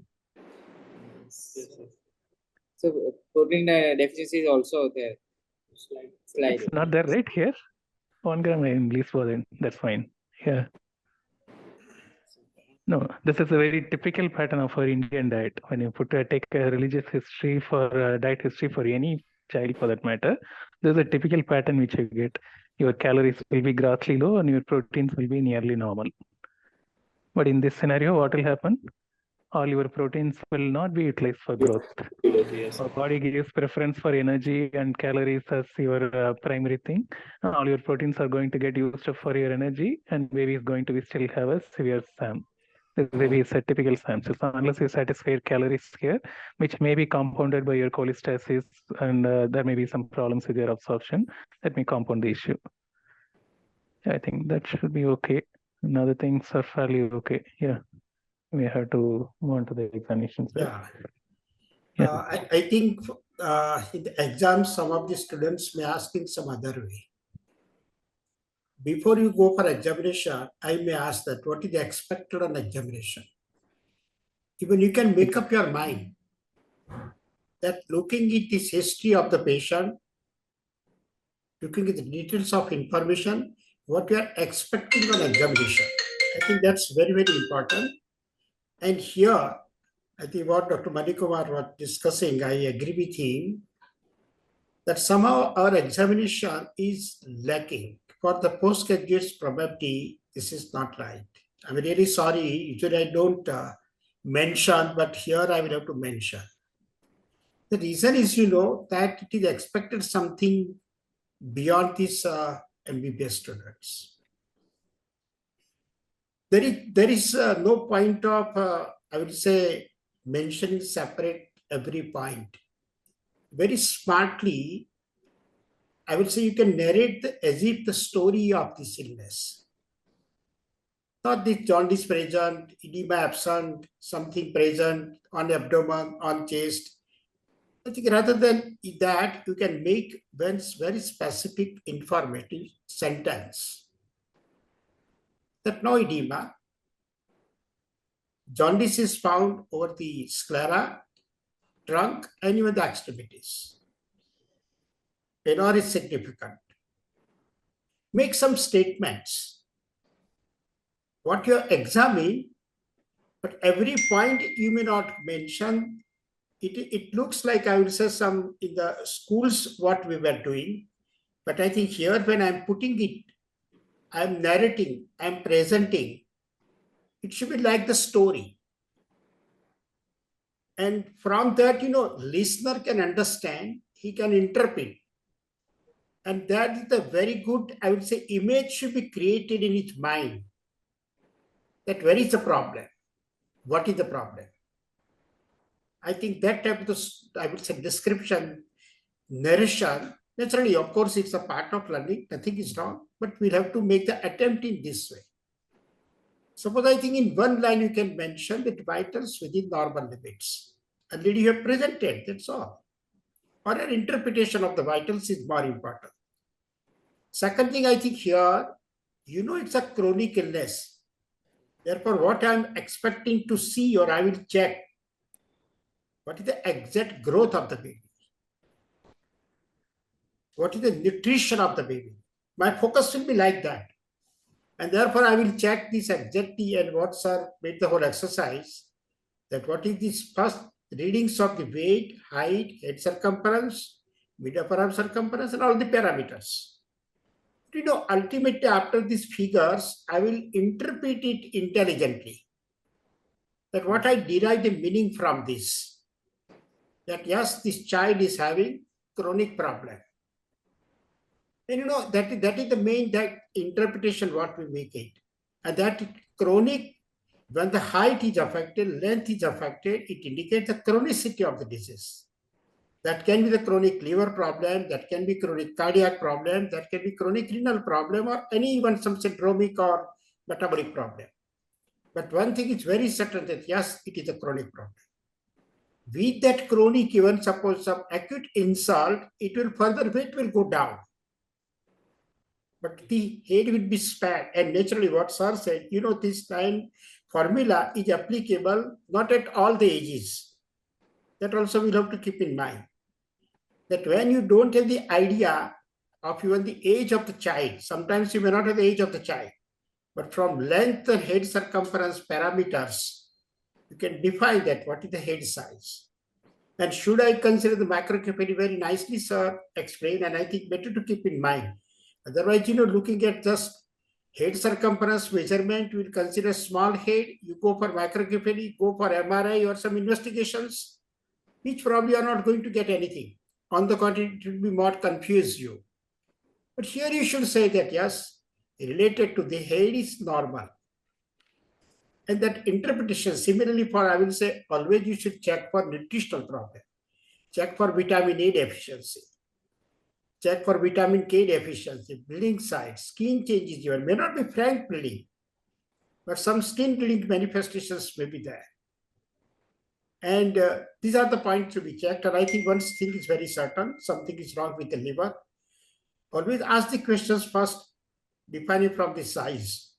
I think 12 centimeter, you said span for 8 months, it definitely liver is enlarged. Yes, sir. Because span is expected, I will say around 6 centimeters or so. And that is double to that. That means size is larger. Then my next question should be consistency. And in any chronic disease, it is not going to remain as a soft liver, except I will say fatty liver, or even the Indian childhood cirrhosis we used to get in the past for the initial period a long time before cirrhosis, but I think not in these patients. Non-tender, yes. And I think here it is smooth surface. What I'm going to interpretation, liver is enlarged, chronic disease. It has not gone for the cirrhosis because, if the cirrhosis, there is a sharp margin and some nodular surface. So absence of these findings, you can interpret that this is non-cirrhotic liver. You should examine for the spleen. Somehow I think you have not mentioned the spleen, but spleen examination is also very important. Right, in this patient, because that will give you the idea, even going for hypertension or something or problem or complication. Right. So I think what I mean to say, as for this story, you should have the idea in your mind. Yes, sir. That what I'm supposed to check, even examine, and then interpretation or correlation of all the findings. Now the physical findings correlation with the history. Suppose something, and that's why people ask that what are expecting. Suppose I was expecting something on examination, but my examination finding is quite different from my expectations. That means you have missed something in the history. Go back to the history. You confirm the history, and that again you will get it. Yes, I didn't ask at this point, and therefore my findings are different. So even you can, that's why many people say there is no mathematics in the medicine. There is mathematics in medicine. Perfect mathematics is there. But we'll have to go for perfect calculation. And I think this is very, very important. Here now in this patient, after the history and examination, what is your interpretation? What is your, I would say, clinical diagnosis? Always we have to derive the clinical diagnosis. I am not least concerned with the investigations. On the contrary, from the clinical diagnosis, you can plan the investigations, that which investigations I should go for, not anything which comes to any problem related to liver. Very targeted, which will confirm my clinical possibility. Suppose if it is not confirmed, I will go for the next set of the investigation, my next possibility.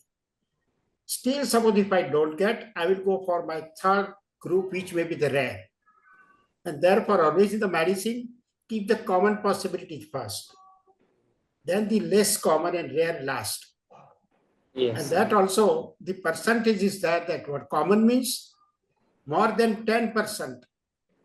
Sorry, more than 80% is a common.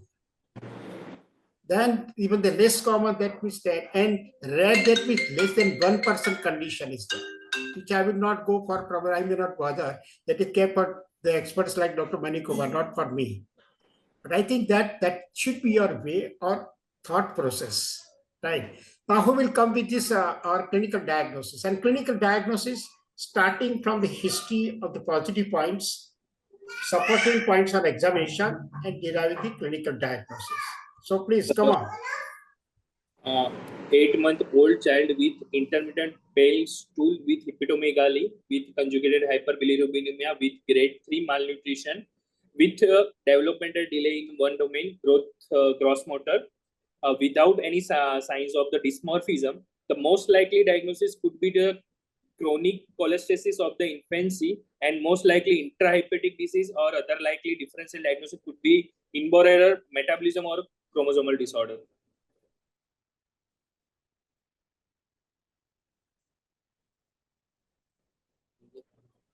Okay.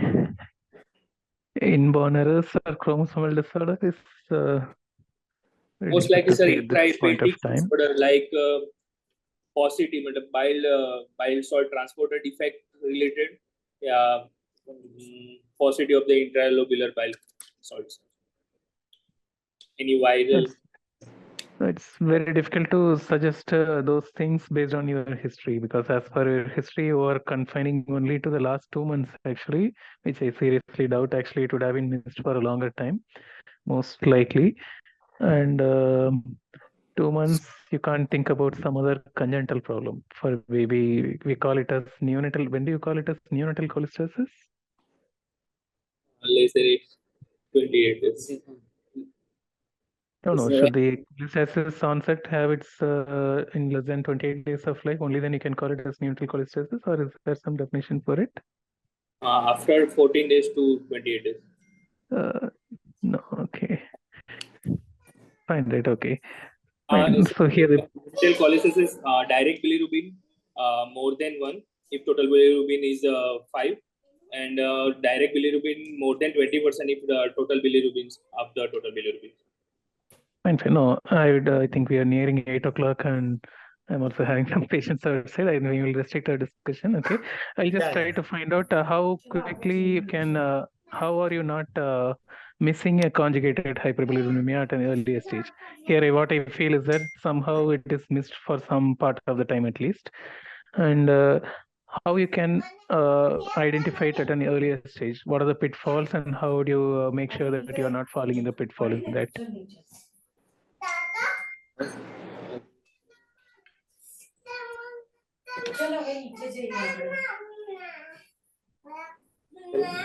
Yeah.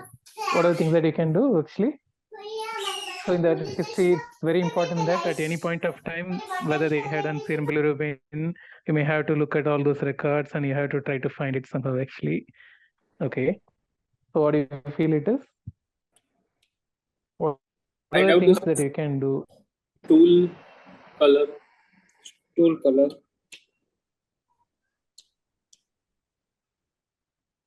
8 months of life is too difficult to say that it is a extrahepatic pathology. I do exactly query has Doing answered some that USG. actually. That's what I wanted to say. USGs in the gallbladder. Doing USGs in the gallbladder. No, if at all this baby presented somewhere around, say, for example, around 40 days of life or some 50 days of life, what should be your approach actually? Breast milk jaundice. Indirect jaundice you are talking about. We are talking about cholestatic jaundice. Huh? Breast milk jaundice is an indirect jaundice. We are least concerned about those things. Huh? At 40-50 days. I don't think you get the urgency of or seriousness of the issue actually. Okay, I'll just give you that thing. In the earlier part of age, your aim is only to differentiate or pick up extrahepatic biliary atresia, which is a potentially treatable condition. And you have to identify it at the earliest. At the earliest, by which I mean before 6 weeks of age, literally. 7 weeks of age, 6 weeks or 6 to 8 weeks, literally. If after that stage period, if you have diagnosed, we will not be able to do what surgery? Kasai surgery. Okay. Kasai What is operation. the other option? If you are not able to do Kasai, what is the other option? Intraoperative cholecystectomy. No. Photo. For an HBA, if you are not able to do Kasai, what is the other option that you have? Liver transplantation is only Liver way. transplantation. See the implication of it. No, you are trying to prevent a liver transplantation by finding it early. That is your whole aim. You understand the seriousness of the issue. So whatever be the presentation, if it is neonatal cholestasis presenting at an early age, your first and foremost priority is to rule out a extrahepatic biliary atresia. Now it is 8 months of age. I'll be least bothered about ruling out an extrahepatic pathology, and the history strongly suggests it is some other thing actually. Okay, I can be a bit relaxed right now in evaluating this, and I have to find the etiology other thing. But whenever the presentation is very early during that course, your role is to rule out a extrahepatic biliary atresia at that point of time. Now, what do you want to do right now for this baby?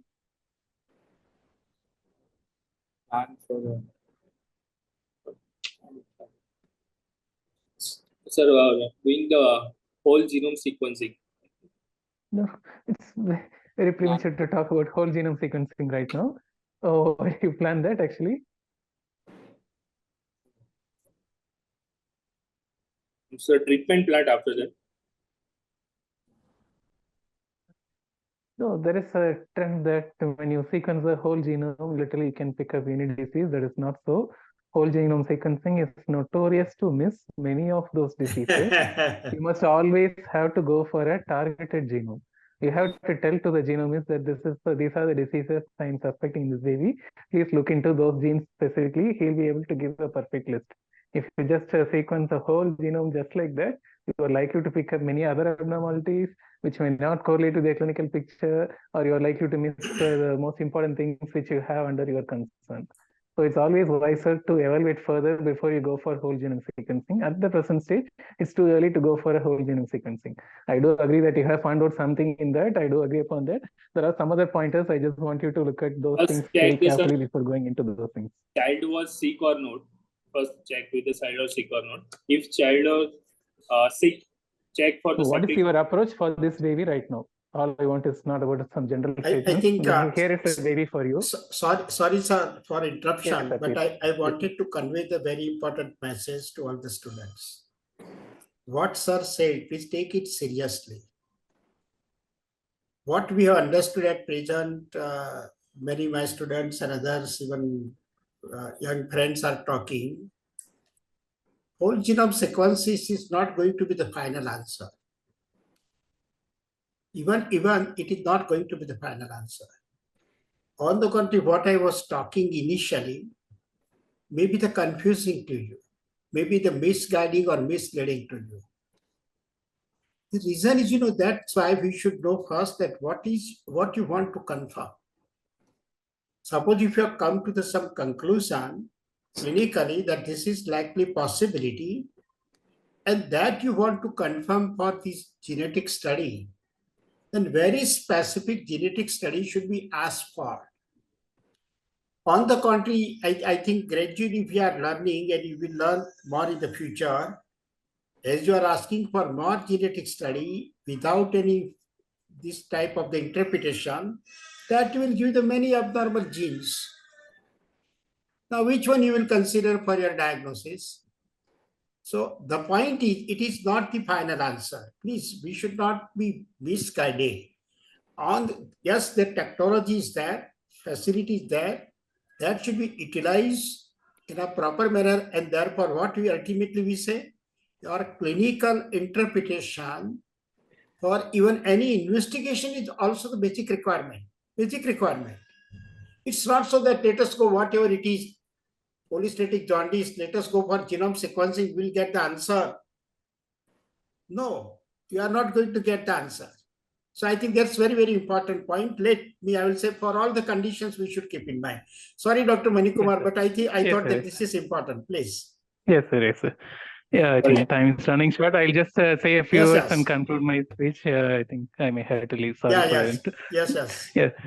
Yeah, here I think you may have to classify your investigations as our same thought process, as from history, as during your examination and during your evaluation also, the same thought process should run in your mind. You have to do some investigations for your etiology, and you have to have something for your severity, and you have to find out whether there is any portal hypertension or not. You have to just classify your investigations like that. LFT is not the solution. You just classify those into whether there are some evidence of inflammation in the form of hepatitis. You want to look at clearly specific features of hepatitis, features of liver cell failure. You have to include prothrombin time. And you may always have to include your GGTP in your investigation for these liver enzymes for cholestasis. So that is very important actually. So when you have those clinical features of that, then you may have to look at all other features also. There are very few conditions which may have a normal or low GGTP during your cholestasis. Whenever there is cholestasis, we expect your GGTP to go high. Here there is a very strong pointer that actually I saw that in your slide. I'm sorry for that. I'm running short of time. Yes. I think your low GGTP is a very strong pointer. There are very, very few conditions which manifest as cholestasis and normal or low GGTP. That is a very strong pointer for you. And that is one thing which we can pick up and try to look at other things, and always include GGTP. That is one take-home point, which is very important actually, right? So always include GGTP. That gives a very strong etiological clue. And still again, you have to look for your albumin, you have to look for your prothrombin time, and you may have to do your ultrasound to find out whether there is any splenomegaly or minimaliscitis. The clinical examination doesn't seem so. And I expect this chronic process to go in for some other complication right now. All I could see is some growth failure and nutrition deficiencies as of now. Nothing else I could see very marked. So there's potential scope to make this child normal. That is the whole point of all these things. I could see some sense that the child could be normal in the near future with many of those actually. So your thought process should also be like that. I think we will have the investigation discussion probably at some point of time for want of time. Sorry. Yes. Yeah, thank you. It's a nice discussion overall. Yeah. Yeah, I'm sure that already we have crossed the 8 o'clock. We'll have to end over here. But I'm sure that in spite of the some technical issues, they could manage very nicely. And we bothered Sir Dr. Manikumar for, I will say, presentation or at least the slide, but he helped us and even the technical people. So ultimately our show continued. Thank you very much, Dr. Manikumar, for your, I will say, Thank you so much, Manikumar. for your expert, Thank even I will say, comments. Definitely it was good learning sessions. The only thing which I will remember, I will at least request the other students, please keep your video on, participate. Some of the students later on started to put the comments on the chat box, but I think you can come on the screen, speak even, participate, even you can clarify your queries, you can ask the questions, or some of the comments, then it becomes more of the live discussion and all of us can learn. But still, I'm sure that it is going to be further improvement in the future. Thank you very much. We'll have to end over here and over to you, Dr. Nehal. Thank you so much. Thank you so much, Manikumar sir, for helping us from the technical to the scientific, everything, each and every issues. Thank you so much, sir. Thank you. Thank you. Thank you. Yeah. Thank you so much, Baldev sir. You are always there to guide us from a minute thing, starting from the history till the diagnosis, and not only the patient's history, but also about the topic's history, and that is very much interesting part for me. Thank you so much, all the students, for participating. But as sir said, please keep your videos on and try to interact with all the people. Probably I heard Dr. Konika, Dr. Aditi in the past. They are participating very nicely, but somehow I think there should not be hesitation. Please continue. Yeah, there were many responses in chat box. Actually, I was seeing they were writing, but don't be shy. You can interact, and that will be a more interesting part when you interact than giving your comments in the chat box. So please be interactive. And thank you, Parth and Kaushal, for presenting. I hope you learned many things. Yes. Yes. Yes, so there is always a chance of improvement. Even for me, if I today only present against sir, I do have a chance of improvement. So there's always learning process for everybody. Yes, sir. Thank you, sir. Thank you, ma'am. All the best. Thank you, and good night. Good night. Thank you, Clarinet, for providing this platform. Yes. Thank you. Bye bye. Thank you.